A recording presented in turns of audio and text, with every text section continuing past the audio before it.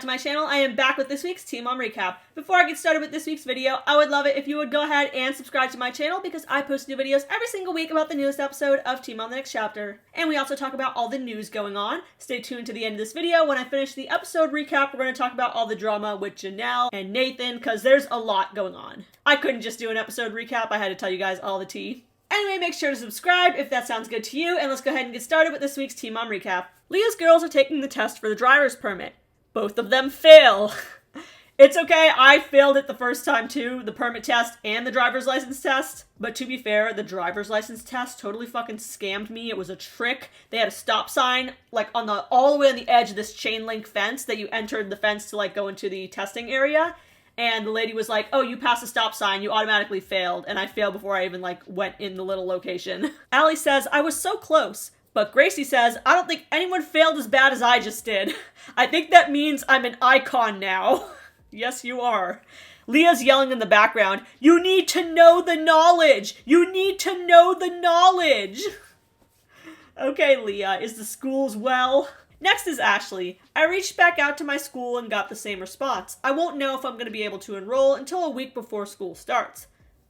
I'm looking for somewhere else to transfer to now, and I'm thinking about moving. I just don't want to change Holly's school. Mackenzie and Jalen drive back to Oklahoma to see her family, who does not know that she's having twins. She says, I'm thinking that we should wrap up some shirts that say, buy one, get one free, as a way of announcing that I have twins. The problem is we're working with my dad, who's slow. Damn, okay. The unnecessary roast of it. Bentley tells Macy, Ryan called me, and he asked me to come over to talk. Talk? Like she's shocked that Ryan wants to talk. That's usually not a good thing, and you don't like much talking. It sounds like a few-word conversation. And Bentley's kind of proving her point because all he's saying is, yeah. Like father, like son. Bentley gets to Ryan's place, and Brandon, Amanda's son, is also there. Ryan asks, how do you guys feel about the baby? Brandon says he's excited because he wants a sister. And then Ryan says, Bentley, you're about 10 siblings in, so I think I know how you feel. Brandon, is it okay if I ask your mom to marry her? Yeah, sure. Amanda already has the ring. I bought a ring a long time ago just to show her, and she took it before I could actually propose. So I just went to the parts store and got a band clamp as a ring to propose this time. Band clamp is a thing that holds hoses on vehicles. So that was actually interesting because I was wondering why Amanda was wearing a ring way before they announced the proposal on social media and posted all the pictures. Apparently she was just desperate as fuck and not actually engaged up until that point. Then Ryan says to Brandon, if you said no, I can't marry her, I would have done it anyways. Haha, just kidding. I don't think he was kidding. Ashley asks Holly what she thinks about moving. She's like, yeah, sure, as long as you get me a trampoline. I felt really violated at my old apartment when Bar broke in, and I also shared it with Bar for a long time, so there's memories there. I just need a fresh start. Leah's scenes are basically all Allie and Gracie now, and they are so forced and scripted. This one was particularly bad. So Gracie's friend asks her, how's that research paper going? Oh man, that was hard. So much research. I still need to annotate it. Yeah, man, that MLA format, it's crazy. Like, how about them 1-inch margins and that 12-point font? Times New Roman, am I right? How did your permit test go? Allie was so close, but not me. I didn't even study. She needs it more than I do. She needs that feeling of independence. Later, both girls are studying their driver's ed books, and we got PSA Leah being cringe as fuck in the background here. Leah's just lecturing on. She's like, this is actually really important, guys. You guys need to know this information. It's not about just going to the DMV and passing. It's about the safety of you, yourself, and others on the road. Leah, please shut the fuck up. You are so inauthentic. Like, we saw you driving high as fuck a few seasons ago, texting and driving all the time. The safety of others on the road. Like, bitch, bye. Anyway, Allie does the test online, but Gracie decides not to take it. She says she needs to study more. Mackenzie wraps up all the BOGO shirts and gifts them to her family when she gets to Oklahoma. Her family opens up the gifts, and they're very happy and surprised to learn that she is having twins. Someone asks her, are they going to have Jamaican names? And Mackenzie says, well, they will all have to start with a J, because all the grandkids' names in Casanio's family start with a J. And then Mackenzie's dad says, I have the perfect J name for you guys. Josh! That was actually very funny. Mackenzie, you better take back saying that your dad was slow, because he's more witty than you. She's just like, you suck, Dad. Later, her dad tells her, I'm actually really nervous about you having twins while you have diabetes, and how long it's been since your last pregnancy. She says it's weird being pregnant without Mom around. Mom always made the best of it when I was pregnant, even when my circumstances sucked. Ryan sets up a fire pit and gets Bentley to tell Amanda to come outside. He kneels down and officially asks, will you marry me? She laughs and she says, I will. I love it. I know you bought that ring for me as a surprise and I never gave it back. Now she's really not giving it back.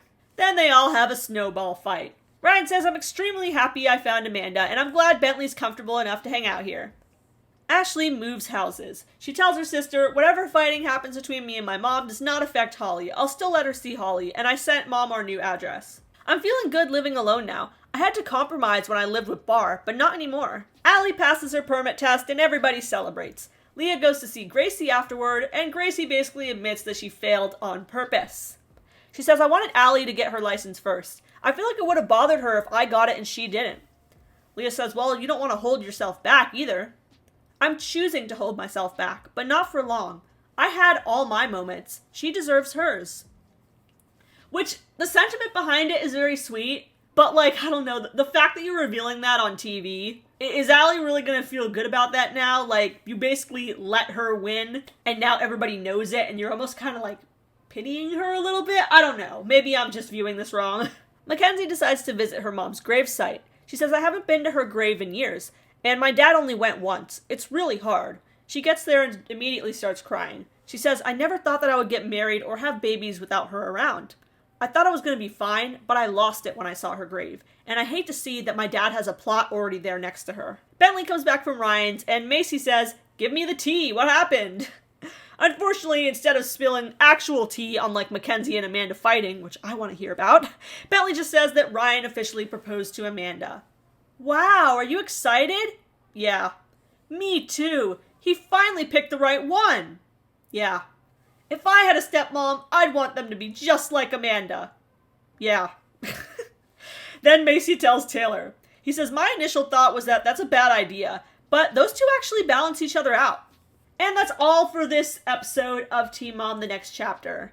And I'm sorry, but like that was one of the driest, most boring episodes of all time. Like, what even happened? What happened? And so I want to talk about something a little more interesting. We're going to talk about Nathan. Now, Nathan, we also know him on this channel as the girlfriend strangler. At least I call him that. Because he's strangled every woman he's been with in like the past 10 years. He's been dating a woman recently named Anastasia. Nathan is 37, Anastasia is 21, and they have reminded us of this age gap over and over in their extremely cringy Instagram posts. Nathan has been very public with this girl on social media. He nonstop posts pictures of her ass in the same exact shorts every single time, and he also posts these long-winded, really low IQ rants about how women his age are washed-up whores, how he should be allowed to control his partner's entire life. Very concerning post about how she's not allowed to look at another man, they're not allowed to watch sex scenes in a movie, because they only have eyes for each other. Like, it's just very creepy type of shit. He also posted that he wanted to squeeze her to death, because she's so cute, which is an absolutely wild thing to say when you have multiple strangulation arrests. And for her part, Anastasia also defended him to the death, same as Kenley and Amanda, like, oh, all that bad stuff is just his past, we don't talk about that, replying to all the haters about how much she loves her man and how they're so much more attractive than you. Well, just yesterday, or 2 days ago, who could have seen this coming? Nathan was arrested for domestic battery by strangulation for the 4th time that we know of. Anastasia posted Nathan's mom, Doris, reaching out to her, to basically say like, oh, well, you didn't tell me that he strangled you. I thought he didn't do that. But I think we know from patterns in the past what happened here. Nathan obviously strangled her. And apparently, according to her, Nathan reached out the next day to try to manipulate her into dropping charges. I have a hearing at least. I don't know how that works. I have a hearing on the 1st of next month. Don't show up, please. Just don't show up. Why not? Please. Why? Because it'll be dissolved. Everything will be dissolved. You don't have to show up. Nathan, I'm protecting myself. I know, can you please help me, Anastasia? Then, Jenelle actually stuck her head into this drama to make a video about this, and I want to watch it together with you guys. Man, do I got a story time for you guys. So buckle up. Sorry for the background noise. There's a lot of... Bro, would you guys like it if I started doing my videos like that? Just starting like that? Like, have I got a story time for you guys? Planes, there's a park behind me, and there's birds everywhere. So you may or may not know, but my son Kaiser, his dad is Nathan Griffith. Kaiser has not seen Nathan in a year, maybe 2 years. I think it's been 2 years now. But we're both living in Vegas, and he doesn't even reach out, which he knows he's guilty of. With that being said, Nathan randomly called me yesterday. It was like 7 p.m. And he said, I need help. He's like, I usually don't ask for help, but I need help. And I said, I thought you were calling for Kaiser. He's like, no. Me and my girlfriend ran to an I thought you were calling for Kaiser. No. This is more important than that. argument. She ended up leaving the house, and now I need to leave before she calls the cops on me. I said, what did you do? Did you make her mad? Did you cheat on her? He's like, she thinks I cheated on her, but then also I've been drinking, which he knows he's not supposed to do because he's on probation. So Nathan books an Uber. I gave him my address. I said, listen, you can come over here. You can spend the night. You can stay in Kaiser's room because he has a queen-size bed. And then in a few days, you got to figure out what you're doing. But I will give you the option of trying to help you. And I'm only doing that because, of course, it's Kaiser's father. No. You're only doing that because Jenelle is single right now, right? Jenelle has not, at least that we know of, Jenelle has not been single since we started seeing her on this show over 16 years ago, okay? She is in a crisis mode right now in her head. I can just see it. She cannot be single without losing her fucking mind, which is why she's been hanging out with her friend Tori again and going all across Vegas, probably hooking up with Tori. But Jenelle needs a man, ultimately, at the end of the day, and she sees Nathan is, like, single again, and she's like, jackpot! And the fact that you know that his girlfriend just called the cops on him, and you know that he's drunk, and your first reaction is, oh, come over here and sleep in the same bed as Kaiser while you're drunk as fuck out of your mind and about to get arrested. Oh yeah, that makes sense. And oh, I'm only doing it because he's Kaiser's dad. You're only doing it because you're desperate for the dick. Oh, she's so fucking desperate. Okay. So we booked the Uber. He said, hey, my Uber's here. I'm about to leave. And as soon as he opened the door, the cops were there. And he shut the door. And I said, did you shut the door? He's like, yeah, I'm not going out there. I'm like, you should probably go talk to them. He's like, no, they can call me. So as I'm trying to talk him through, maybe you should speak to the cops. I'm like, did you hurt her? No, I didn't do anything, Jenelle. I just want to leave. He was crying his eyes out. He's like, I don't want to get arrested again. I'm going to get arrested again. I said, well, you shouldn't be drinking. That's your fault. I said, but if you didn't hit her, I said, you need to go talk to them and tell them that. And he told me, this girl has attacked me. I tried to leave 4 or 5 times. She didn't let me. She did circles around me. He was on FaceTime with his mom while all of that was happening between him and his girlfriend. So the whole time this whole incident was happening, he was on FaceTime with his mother. And his mother talked to his girlfriend. His girlfriend said, look, he just got on top of me. He didn't strangle me, but it scared me. So then I called the police. So I was on FaceTime with him from 7 p.m. until 9:35 when they ended up breaking inside the house and tackling Nathan to the ground, even though he wasn't resisting when they arrived. And Let's think for a second here. Would the police break down his door if this girl did not have evidence that he was strangling her? And the fact that Jenelle is taking the man's side here, when she herself has been attacked by Nathan, by the way, but she's still taking his side and saying that, like, oh, she was attacking him. Nathan has strangled, like, 5 other women. And you think if this girl attacks him, he's not going to go right back at her, like, 10 times as hard? Okay, Jenelle. He promised Nathan, we're just going to talk to you, we're just going to talk to you. But then as soon as he would open the door, they're like, put your hands up. And Nathan... The police are not going to break into your house and just want to talk with you. If the cops are breaking down your door, there's going to be a little more than talking going on.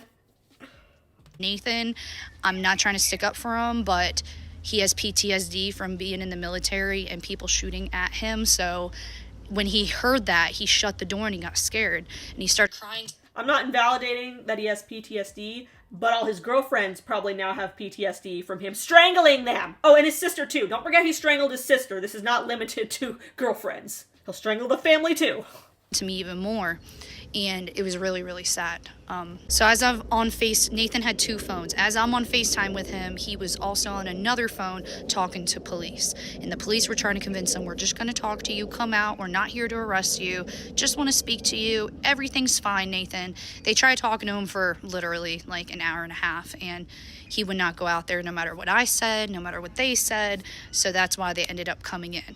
Now, I don't know if they had the right or authority to just break in because his probation officer wasn't there. So, legally, I don't. Do the cops have an authority to break into my house after I strangled the fuck out of my girlfriend for the 5th time? No. So they tackled him to the ground, and the cops forgot to shut off FaceTime, and they got Nathan in the cop car. Once they got Nathan in the cop car, they said, oh, well, at least we don't have to deal with him for another 2 years because he's going to be gone in prison. And then they started laughing about it. And then he said, yeah, if he gives you a hard time, just tase him in the back seat. And they forgot to hang up on me. So I heard all that.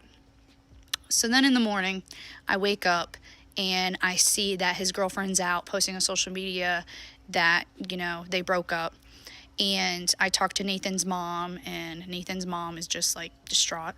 But what gets me is I understand Nathan was drunk, but honestly, I mean, if he was on FaceTime with his mom the whole time, and the girlfriend admitted to his own mother that she didn't get hit, I don't understand why both of them didn't get arrested.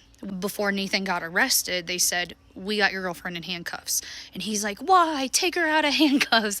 And they're like, no, because she's charged with domestic violence as well. Because I guess she bit him and he had 2 bite marks. And he's like, she bit me, she hits me. He's like, well, you got to come out here and show us that. And he didn't want to because he was scared. Fast forward to this morning, she posts on social media and she acts like she's sad, which I understand. She's probably a little sad because that's a sad situation to end up in, but also I think it's equally both their faults in my opinion. So I had my little spy do a little research on his girlfriend, and we found out her name's Anastasia Biddle. She's 21 years old. She comes from Yuma, Arizona, and I guess her family lives here as well. And she's been arrested before. Here's her mugshot.